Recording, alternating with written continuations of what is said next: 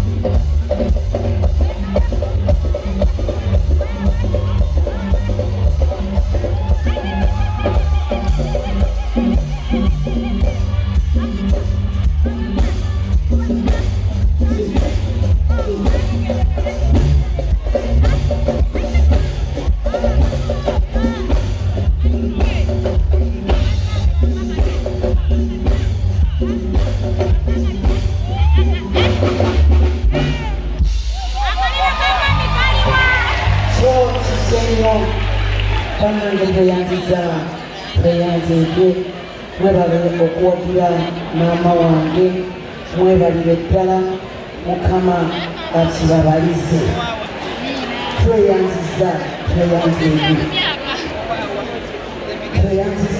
tweyanzeye abagoma baleero mukama akibabalize.